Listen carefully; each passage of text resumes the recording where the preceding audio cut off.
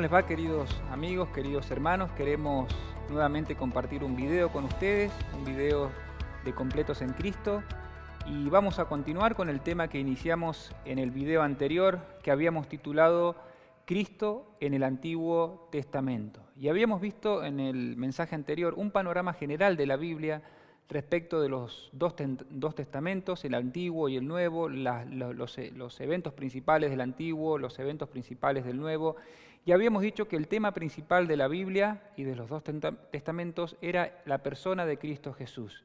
Y lo habíamos confirmado porque habíamos leído por palabras de nuestro Señor en el Nuevo Testamento de que el Señor les dijo a los judíos que examinaran las Escrituras, que estudiaran el Antiguo Testamento, porque allí se daba testimonio de mí, decía el Señor. Y nuestro propósito con estos videos es justamente hacer lo que el Señor nos pidió, examinar la Biblia y examinar en especial el Antiguo Testamento para ver lo que se dice de Cristo, para aprender más de Él, para conocerle más, a nuestro Señor, que es realmente el propósito por el cual hemos sido salvados, para conocerle más a Él, para dar a conocer también su nombre.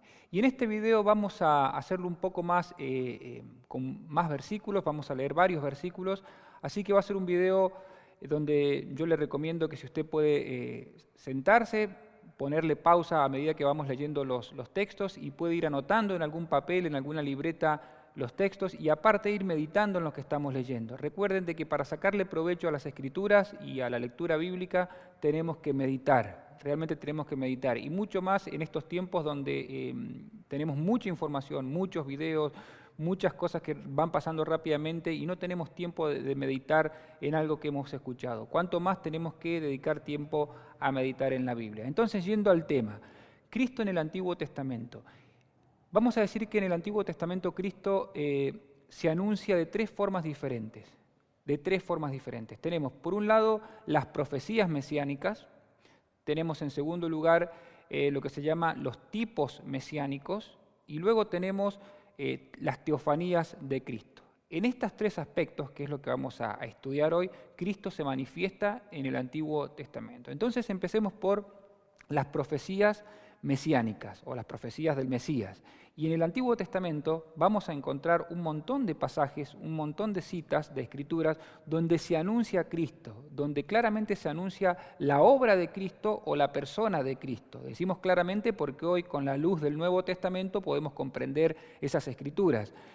Si bien capaz que en ese momento aquellas personas que dijeron alguna profecía no entendían en su totalidad a qué se referían, ¿sí? Porque ellos estaban hablando guiados por el Espíritu Santo. Pero vamos a ver las profecías que encontramos acerca de Cristo en el Antiguo Testamento. Y como son varias, vamos a ir citándolas y haciendo un breve comentario de algunos pasajes. Vamos a empezar diciendo que algunas profecías, la primera es esta: nacería de mujer y heriría a la serpiente en la cabeza. Y eso se encuentra en Génesis 3:15. Y pondré enemistad entre ti y la mujer, y entre tu simiente y la simiente suya.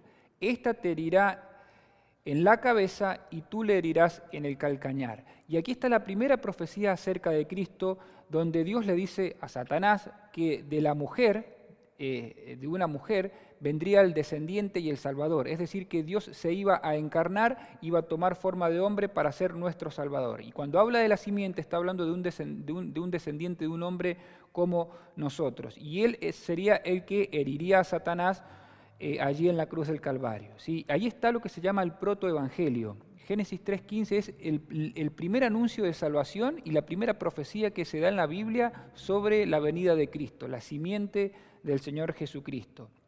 La segunda profecía es que en Él serían benditas todas las familias de la tierra. En Génesis 12:3 encontramos lo siguiente: bendeciré a los que te bendijeren y a los que te maldijeren maldeciré. Y serán benditas en ti todas las familias de la tierra. Y estas son palabras del Señor, de Dios, a Abraham. Le está dando una promesa de un alcance muy grande, porque dice que en Abraham, pero en realidad se estaba refiriendo a la descendencia de Abraham, serían benditas, alcanzarían la misericordia de Dios todas las familias de la tierra. Ahora, ¿cómo es que esto se lleva a cabo? ¿Cómo es que Dios cumplió esta promesa que le dio a Abraham de que todas las naciones de la tierra iban a alcanzar la bendición de Dios. No solamente el pueblo escogido de Dios, la nación de Israel, sino que acá Dios le está prometiendo todo el mundo completo alcanzarían la bendición del Señor. Y eso se cumple en el Señor Jesucristo. Eso se cumple en Cristo Jesús. La simiente prometida a Abraham era Cristo Jesús. Por eso dice en Gálatas, en un texto muy importante de Gálatas 3:16, dice, ahora bien, a Abraham fueron hechas las promesas y a su simiente. No dice y a las simientes en plural, como si hablase de muchos, sino como de uno, y a tu simiente. Y aclara el apóstol Pablo, la cual es Cristo. La simiente prometida que traería la bendición al mundo sería el Señor Jesucristo.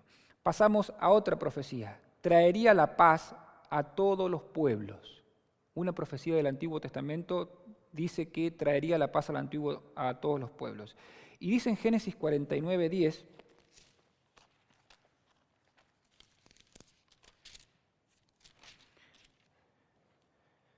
no será quitado el cetro de Judá, ni el legislador de entre sus pies, hasta que venga Silo. Noten esto, hasta que venga Silo, y a él se congregarán los pueblos. Y esta es una bendición que está dando Jacob a sus hijos, y cuando llega en el caso de su hijo Judá, le da una bendición mesiánica. Y en este caso dice, hasta que venga Silo, y a él se congregarán los pueblos. Y la palabra Silo siempre ha sido un misterio para los traductores.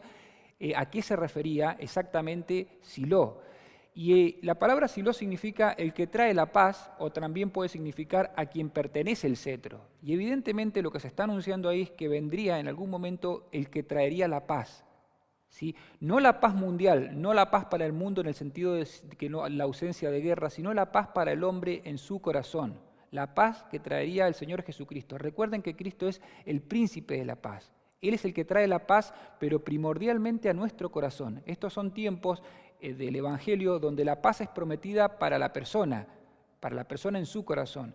Y fíjense que cuando hablamos de la paz y que el Señor es el que ha sido prometido como el que va a traer la paz, pensaba en que nada en este mundo puede garantizar la paz. No hay ninguna nación, no hay ningún gobierno político, no hay nada que garantice la paz. Solamente es el Señor Jesucristo el que puede traer la paz a nuestras vidas. Hasta que venga Silo, y a él se congregarán los pueblos. Y como les dije, también significa a quien pertenece el cetro. Y evidentemente al Señor Jesucristo le pertenece el cetro, le pertenece el dominio total. Por eso dice en el libro de Filipenses que llegará un momento donde toda rodilla se doblará ante sus pies. Él es el Silo prometido, Él es el príncipe de paz. Otra profecía dice que sería un glorioso vencedor. Y esa la encontramos en Números 24:17. Dice, lo veré, mas no ahora, lo miraré, mas no de cerca. Saldrá estrella de Jacob. Y ahí está la palabra importante, estrella de Jacob. Saldrá estrella de Jacob. Y se levantará cetro de Israel, y herirá a las sienes de Moab, y destruirá a todos los hijos de Set. Y aquí hay también un texto muy lindo, una profecía que Balaam se ve forzado a decir. Y noten que él dice que cuando dice lo veré, mas no ahora, significa que era una profecía que faltaba muchísimo tiempo para que se cumpliera. Lo miraré, mas no de cerca. Y él le dice que una profecía es que la profecía al cual habla aquí Balaam es saldrá estrella. Y la palabra estrella ahí significa gobernador, el que gobernará, un glorioso gobernador. Y evidentemente esta profecía tiene dos aspectos de cumplimiento. Primero se cumplió en el rey David, cuando vino el rey David y fue un vencedor para la nación de Israel y peleó contra los filisteos y logró la victoria en muchas de ellas, pero el cumplimiento total de la profecía esta se encuentra en Cristo Jesús. Él es la estrella y es el gobernador total sobre este mundo y que en algún momento se manifestará su gobierno sobre toda la persona de este mundo. Por eso dice en Apocalipsis 22:16, yo soy la raíz y el linaje de David, la estrella resplandeciente de la mañana. Fíjense que hasta este momento hemos visto todas profecías en el Pentateuco, en los escritos de Moisés, ¿Se acuerdan que vimos en el primer video cómo el Señor dijo que se hablaba de Él en los libros de Moisés, en los Salmos y en los profetas? Bueno, hasta ahí hemos visto algunas profecías en el Pentateuco sobre el Señor Jesucristo. Ahora pasemos a las profecías de los Salmos. Y tenemos algunos salmos, que simplemente los vamos a mencionar, que son salmos mesiánicos, donde se anuncia a Cristo. Tenemos el Salmo 2, y el Salmo 2 lo han llamado el Salmo del Mesías Príncipe, porque presenta una visión donde la gente se levanta contra el ungido de Jehová, donde hay un tumulto contra el ungido del Señor. Y en este caso podemos ver esa profecía que se cumple en dos aspectos. Una, cuando la gente se levantó contra el Señor antes de la crucifixión, que decían crucifícale, crucifícale, crucifícale, y también veremos cómo esta profecía se cumplirá cuando antes de la batalla final la gente se vaya contra el Señor Jesucristo. Pero también encontramos en el Salmo cómo el propósito de Dios decidido de exaltar a su Hijo por sobre todo, ¿sí? Tenemos el Salmo 22, el Mesías padecería y sería librado. Y este Salmo 22 es uno de los salmos más mencionados en la Biblia porque allí se encuentran muchas expresiones del Señor Jesucristo desde la cruz, o por lo menos se encuentra la más importante cuando el Señor dijo, Dios mío, ¿por qué me has desamparado? Es un salmo donde se profetiza lo que le ocurriría al Señor cuando padecería allí en la cruz del Calvario, el Salmo 22. Tenemos también el Salmo 100. El Mesías tendría un eterno sacerdocio. En ese salmo se menciona a Cristo, o se anuncia a Cristo como el Rey y también como aquel que tendría un sacerdocio eterno. Salmo 110, versículo 4. Y estos son algunos de los salmos mesiánicos, el Salmo 2, el Salmo 22 y el Salmo 110. Pero pasemos a las profecías de los profetas. En el libro de los profetas, en los libros de los profetas. Allí también encontramos una serie de profecías que hablan acerca del Señor Jesucristo y vamos a decirlas en orden. Se anuncia su nacimiento y que su nombre sería Emmanuel.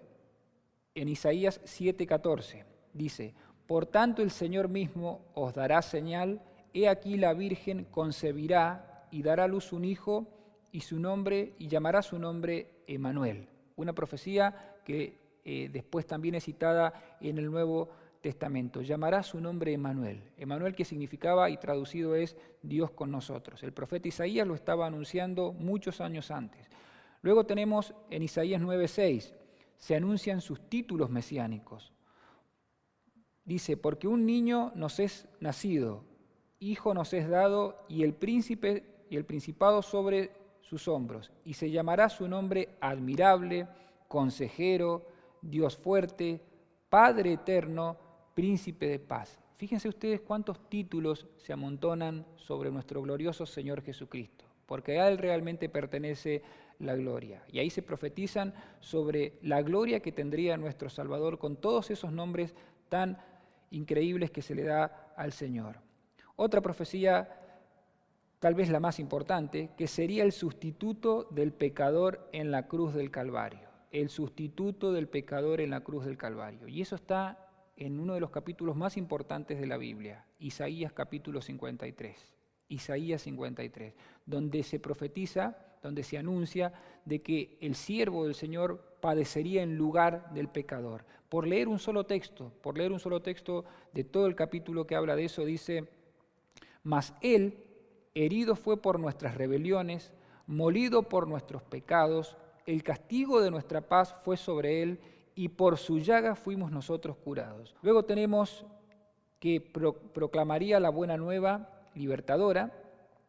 Dice, y el Espíritu de Jehová el Señor está sobre mí porque me ha ungido, Jehová me ha enviado a predicar buenas nuevas a los abatidos, a vendar a los quebrantados de corazón, a publicar libertad a los cautivos y a los presos apertura de la cárcel, a proclamar el año de la buena voluntad de Jehová y el día de venganza del Dios nuestro, a consolar a todos los enlutados. Y eso fue lo que hizo el Señor cuando estuvo aquí presente en la tierra, anunciar libertad, publicar la liberación de aquellos que estaban abatidos por el pecado y por Satanás. Y así podríamos seguir recorriendo alguna serie de profecías que encontramos, que no las vamos a leer por amor al tiempo, pero tenemos profecías sobre que el Señor Jesucristo sería un rey Mesías, que haría plena justicia. Se anuncia también la venida del Hijo del Hombre en Daniel 7:13. Se anuncia que se quitaría la vida del Mesías en Daniel 9:26. Y también una profecía importantísima que se anuncia que el rey haría una entrada triunfal a Jerusalén, y eso está en Zacarías 9:9. Entonces hemos visto las profecías mesiánicas. Y ahora sí vamos a pasar a nuestro segundo punto, que es acerca de los tipos mesiánicos. Estaban las profecías de Cristo y los tipos mesiánicos. ¿Y a qué se refiere cuando hablamos de tipos? Bueno, la palabra tipo en las Escrituras y en especial en el Antiguo Testamento se refiere a una historia, a una persona o a un rito, a una ceremonia del Antiguo Testamento que prefiguraba o simbolizaba alguna realidad del Nuevo Testamento, ¿sí? Entonces, para entenderlo fácilmente, es algo que ocurrió en el Antiguo Testamento que simbolizaba a la persona de Cristo Jesús, en este caso que estamos viendo a Cristo en el Antiguo Testamento. Y vamos a ver que hay tipos de Cristo en personas. Vamos a ver algunas personas que son tipo de Cristo. Hay tipos de Cristo en ceremonias, algunas ceremonias que son tipos de Cristo, y también hay tipos de Cristo en algunas historias que ilustran alguna verdad de la cruz del Calvario. Empecemos viendo de que hay personas que son tipos de Cristo, y podemos empezar por la primera persona que pisó este mundo, que es Adán. Dice las Escrituras que Adán es tipo de Cristo, porque luego las Escrituras, cuando mencionan a Adán y lo relacionan con Cristo Jesús, se dice que Jesucristo es el postrer Adán. Jesucristo es el postrer Adán.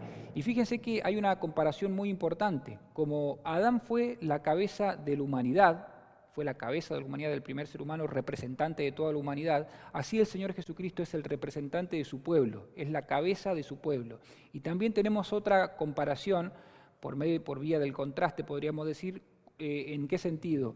Cómo por la desobediencia de Adán y por el pecado de Adán, cómo la descendencia y la humanidad sufrió las consecuencias terribles. Y ahora, si pasamos a Cristo, cómo por su obediencia al Padre, cómo fue bendecido también por causa de esa obediencia todo el pueblo de Dios, ¿sí? Entonces tenemos que Adán fue un tipo de Cristo, y eso lo podemos corroborar en 1 Corintios 15:45 y en Romanos 5:12.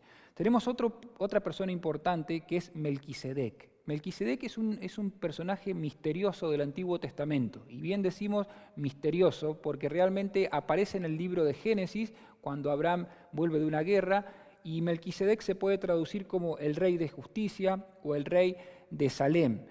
Y lo más importante es lo que se dice de él. En Hebreos 7:3 se dice lo siguiente: sin padre, sin madre, sin genealogía, que ni tiene principio de días ni fin de vida, sino hecho semejante al Hijo de Dios, permanece sacerdote para siempre. Y allí se está hablando de Melquisedec, del Antiguo Testamento, y dice algunas cosas que son aplicables a Cristo totalmente, ¿sí?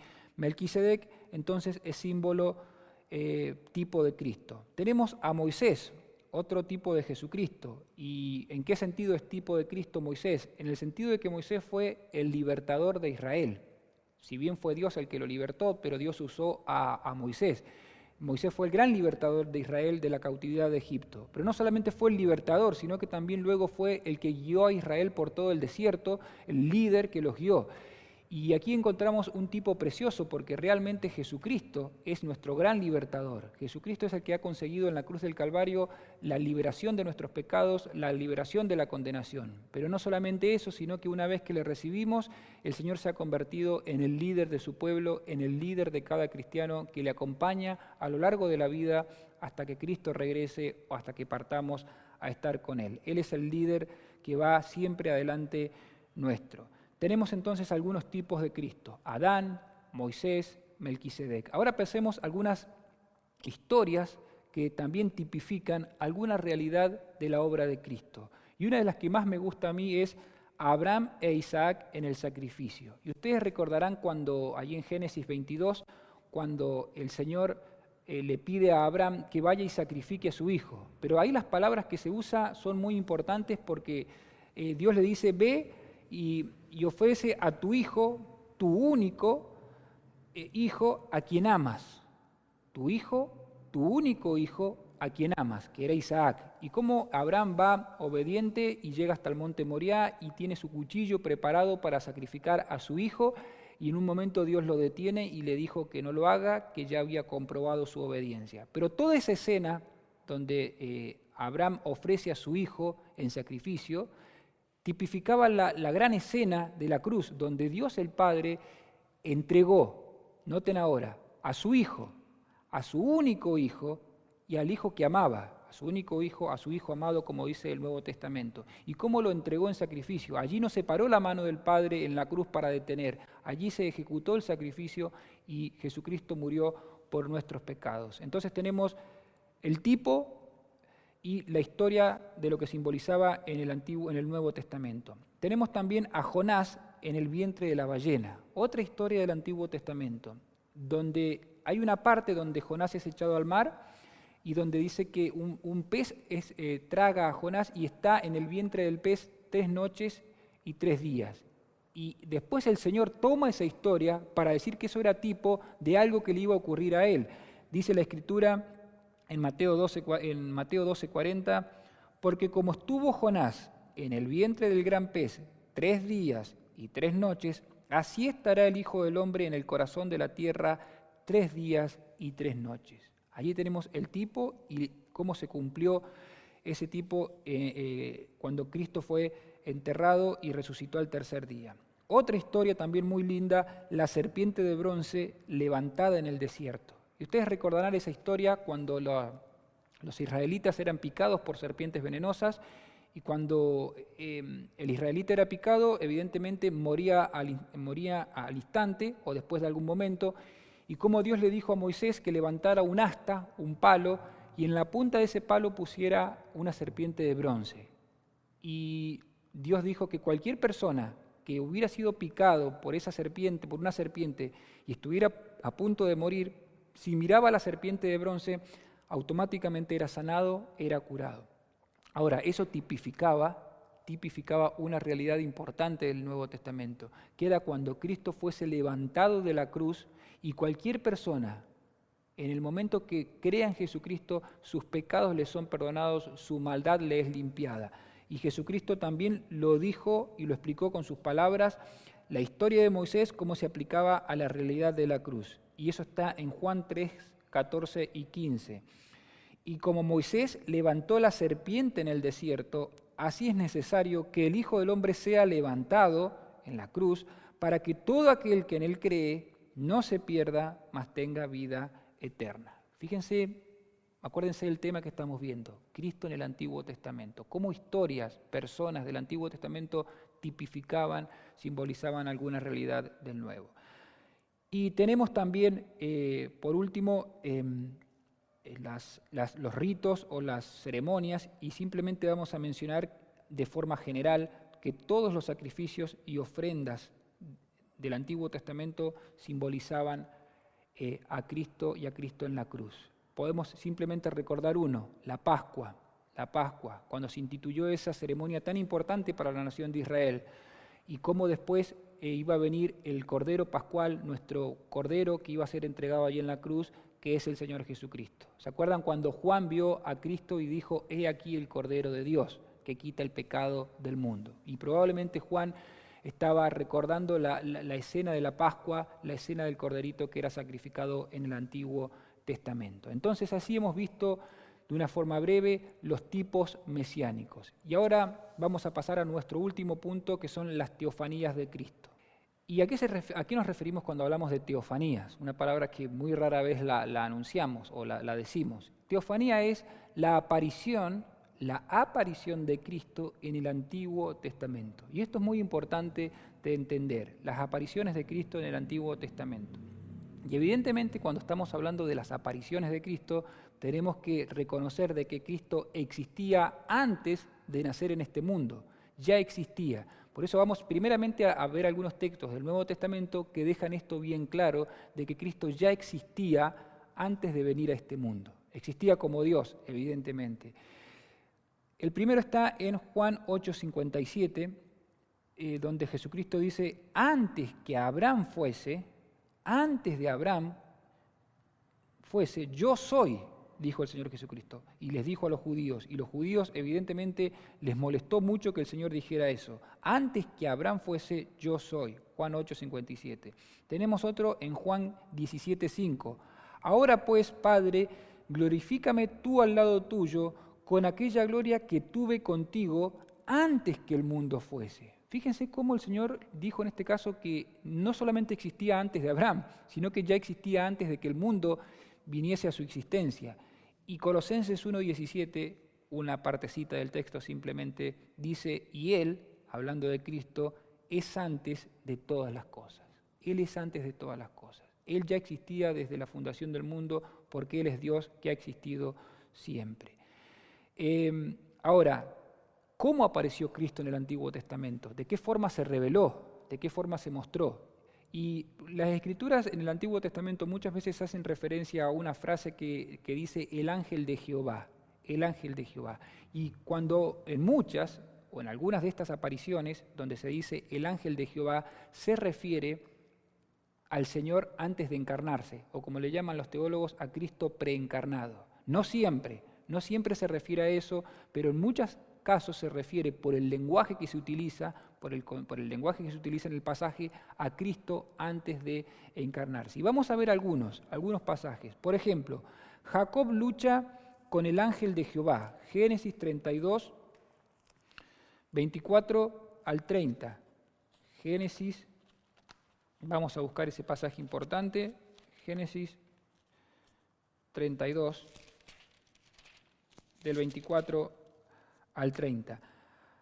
Así se quedó Jacob solo y luchó con él un varón hasta que rayaba el alba. Noten que aquí luchó con Jacob un varón, dice. Y cuando el varón vio que no podía con él, tocó en el sitio del encaje de su muslo y se descoyuntó el muslo de Jacob mientras con él luchaba. Y dijo, déjame porque raya el alba. Y Jacob le respondió, no te dejaré si no me bendices. Y el varón le dijo, ¿cuál es tu nombre? Y él respondió, Jacob. Y el varón le dijo, no se dirá más tu nombre Jacob, sino Israel, porque has luchado con Dios y con los hombres y has vencido. Entonces Jacob le preguntó y dijo, declárame ahora tu nombre. Y el varón respondió, ¿por qué me preguntas por mi nombre? Y lo bendijo allí. Y noten ahora, y llamó Jacob el nombre de aquel lugar Peniel, porque dijo, vi a Dios cara a cara y fue librada mi alma. Y los teólogos concuerdan de que aquí quien estuvo luchando con Jacob fue el Señor Jesucristo antes de encarnarse, Cristo preencarnado. Tenemos otro pasaje también en Éxodo 3:2, un poquitito más adelante. Aquí tenemos que a Moisés se le aparece el ángel de Jehová. Y dice en Éxodo 3:2, y se le apareció el ángel de Jehová a Moisés en una llama de fuego, en medio de una zarza, y él miró y vio que la zarza ardía en fuego y la zarza no se consumía. ¿Sí? Versículo 4, viendo Jehová que iba a ver, lo llamó Dios del medio de la zarza y dijo, Moisés, Moisés, y él respondió, heme aquí. Ahora fíjense el 4, dice, y viendo Jehová que él iba a ver, lo llamó Dios de en medio de la zarza y dijo, Moisés, Moisés, y él respondió, heme aquí. Luego dice, no te acerques, quita el calzado de tus pies, porque el lugar en que tú estás, tierra santa es. Y también este es un pasaje donde el ángel de Jehová que se le aparece aquí a Moisés, entienden los teólogos que se refiere a Cristo antes de su encarnación. Tenemos otro pasaje en el libro de Josué. Dice, estando Josué cerca de Jericó, alzó sus ojos y vio un varón que estaba delante de él, el cual tenía una espada desenvainada en su mano. Y Josué yendo hacia él le dijo, ¿eres tú de los nuestros o de nuestros enemigos? Él respondió, no, mas como príncipe del ejército de Jehová he venido ahora. Entonces Josué, postrándose sobre su rostro en tierra, le adoró. Importantísimo esto, porque a nadie se puede adorar excepto a alguien que sea Dios, excepto aquel que es Dios. le adoró y le dijo: ¿qué dice mi señor a su siervo? Y el príncipe del ejército de Jehová respondió a Josué: quita el calzado de tus pies, porque el lugar donde estás es santo. Y Josué así lo hizo. Recuerden que en el caso de Moisés también se le dijo lo mismo: quita el calzado de tus pies. Aquí tenemos otra aparición, un varón que estaba delante de Josué y que también se interpreta de que se refiere al Señor Jesucristo antes de su venida. Así que fíjense que a estos pasajes que estamos leyendo, donde se habla del ángel de Jehová, de un varón, a esto se le llama las teofanías de Cristo. Cómo Cristo se manifestó, apareció en el Antiguo Testamento. Y tenemos un pasaje importantísimo también en Zacarías 3:2. Vamos a leer desde el verso 1. Me mostró al sumo sacerdote Josué, el cual estaba delante del ángel de Jehová, y Satanás estaba a su mano derecha para acusarle. Ahora noten el lenguaje que se usa acá. Y dijo Jehová a Satanás: Jehová te reprenda, oh Satanás, Jehová que ha escogido a Jerusalén te reprenda. Y aquí el lenguaje que se usa es increíble, porque dicen que aquí hay un desdoblamiento de la personalidad, porque Jehová dice a Satanás: Jehová te reprenda. Y evidentemente, como dice Francisco La Cueva, aquí hay dos personas distintas que son Dios. Dos personas distintas que son Dios. Hay dos personas distintas, pero ambas tienen el mismo atributo de la divinidad, ¿sí? Hay un desdoblamiento de la personalidad. Y podríamos citar otros pasajes, por ejemplo, sin leerlo. ¿Se acuerdan cuando los tres amigos de Daniel fueron echados al horno de fuego y allí se les apareció un varón que fue el que los libró de aquella oportunidad de que perecieran? Y ese hombre, ese varón que estaba allí, tenía el aspecto como los hijos de los dioses, se dice en el pasaje. Entonces hemos visto las teofanías de Cristo, aquellas apariciones de Cristo Jesús en el Antiguo Testamento.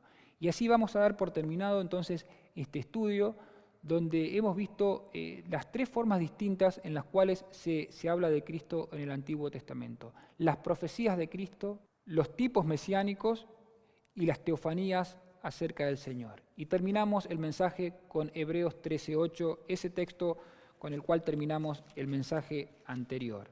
Dice Hebreos 13:8: Jesucristo es el mismo ayer y hoy y por los siglos. Jesucristo es el mismo ayer y hoy y por los siglos. Así que ojalá que este Señor, que ha sido el mismo en el Antiguo Testamento, que fue el mismo en el Nuevo Testamento cuando estuvo en los tiempos del Nuevo Testamento, seguramente sigue siendo el mismo hoy en nuestro tiempo.